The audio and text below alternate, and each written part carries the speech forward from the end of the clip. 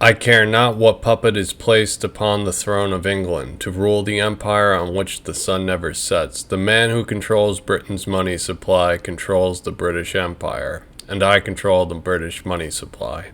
On March 31st, 2018, the Edmund D. Rothschild Fund published that they would be investing in SBI Ripple for XRP. The Rothschild Fund invested in SBI because it owns an 8.7 stake in Ripple's XRP, or 8.7 billion XRP. The elites are in control and they're positioning their wealth accordingly. The news revolving around crypto, the macro events, the regulation, the software, payment hubs, G20, COVID, stimulus, the falling global economy. The world is setting up for a digital asset paradigm shift. This setup is no coincidence. Would returning to gold standard help the U.S. economy? Can you talk a little about your thoughts on that? Well, I would say I don't see it so much as returning, but more of a back to the future. Okay. I think that Today, the Senate Banking Committee has approved Judy Shelton for a nomination to the Federal Reserve Board of Governors. what a gold standard stands for is monetary discipline for its own sake. That is, if Monetary discipline for its own sake. Debts are at an all-time high. More stimulus will be coming.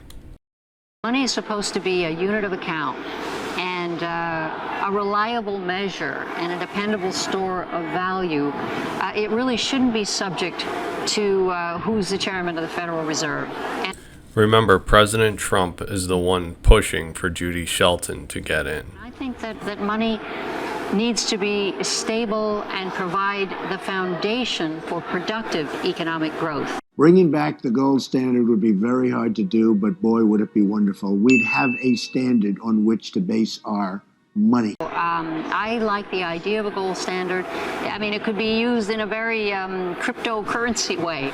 There is no such thing as a coincidence. In this screenshot, Judy Shelton liked the GIF XRP, the standard. Cryptocurrency way. Cryptocurrency way. Cryptocurrency way. Gold and silver are inching their way up to all-time record highs. Gold and silver's market cap dwarfs cryptocurrency's market cap. When crypto decides to go bullish, it's going to go very quick. Last Saturday, the G20 met to talk about cross-border payments.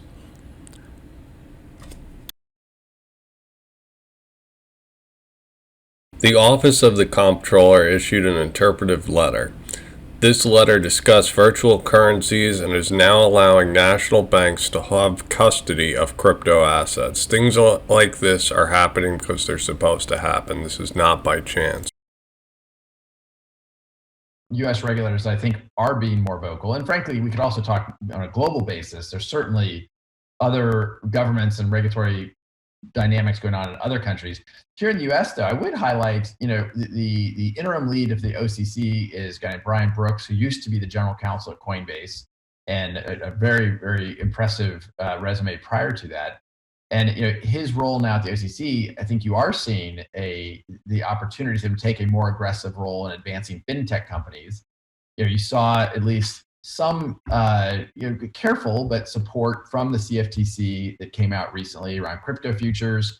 So you're seeing some of that. Even not that long ago, the Consumer Finance Protection Bureau, CFPB, highlighted how digital assets, and actually specifically calling out how XRP can be used in a way to help significantly lower the cost of cross-border remittance. So you are seeing examples of this, but a lot of this, even the CFTC had to kind of delicately step around needing clarity from the SEC first. And until that clarity exists, I think there's going to be a lot of examples where we're going to lack the U.S. investment without that clarity. Well, as the head of Ripple, there's no... The chief legal officer of Coinbase. But I also have a background in fintech and traditional finance. And I'm not going to say a ton about my own background. You're welcome to look at what's in front of you on the screen, obviously. But what I will tell you is crypto is the most perfect intersection of tech and finance. Crypto projects are fundamentally trying to disintermediate traditional money and traditional finance. But the regulatory regime that you have to deal with as you do that is a financial services regime, and that's the education I want to give you today. So I'm going to try and address 4 basic things in this talk.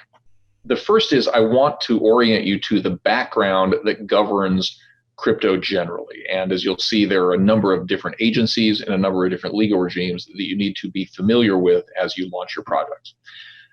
The one I'm going to focus on is the securities law regime. And I think for many of you who are at least some way down the pike in your projects, you've probably heard that it's a bad thing to be a security.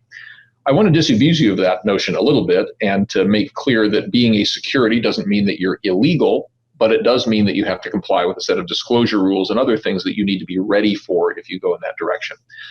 I want to spend a few minutes talking about the Crypto Rating Council, which is a group Coinbase helped to found that has developed a tool that will help you navigate securities law. At the G20, central banks' digital currency and crypto assets are being pushed, especially since the COVID crisis. There will be a roadmap in October 2020.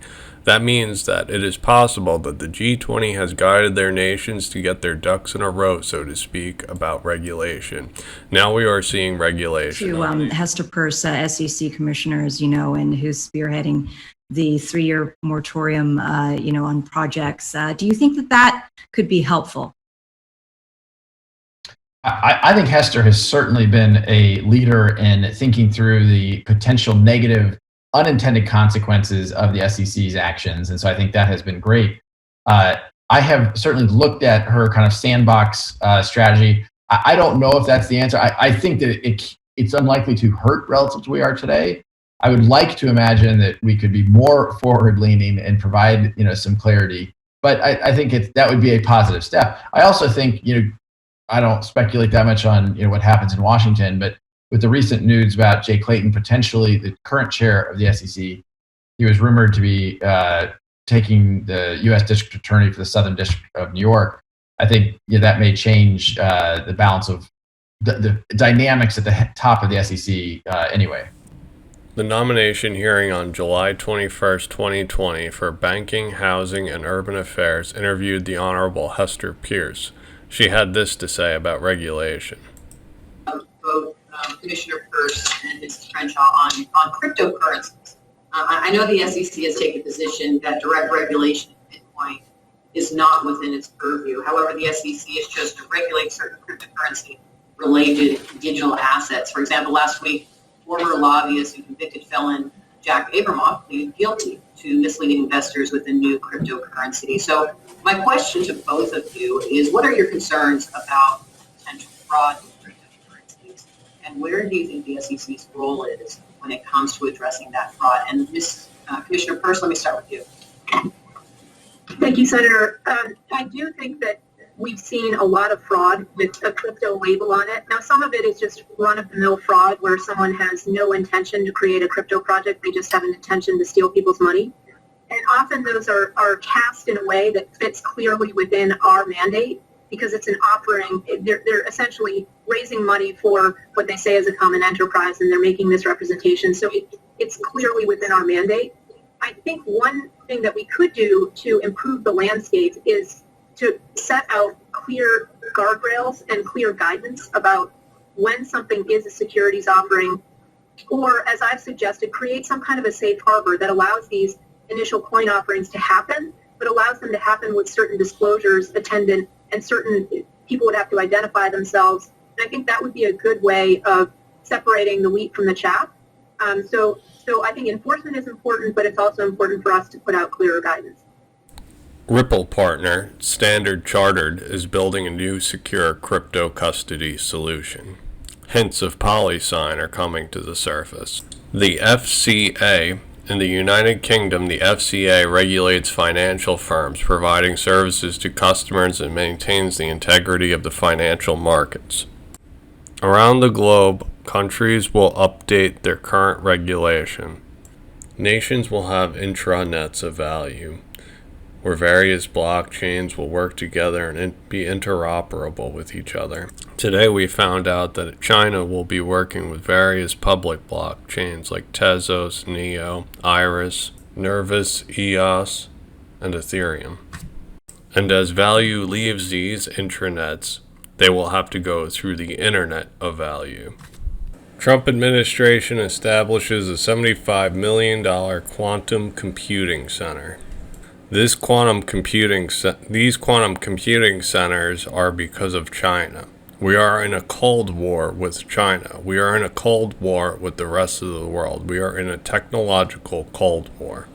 So we may be thinking that this is a great thing, that cryptocurrencies will provide fairness, will provide trust between everyone. Data is the new oil. Your transactions are going to be watched and studied by artificial intelligence. The powers that be are not giving up their control. They're merely shifting it. This leads me back to coincidences. There is an intelligence behind the news that we see, the actions that are taken, and how everything is playing out.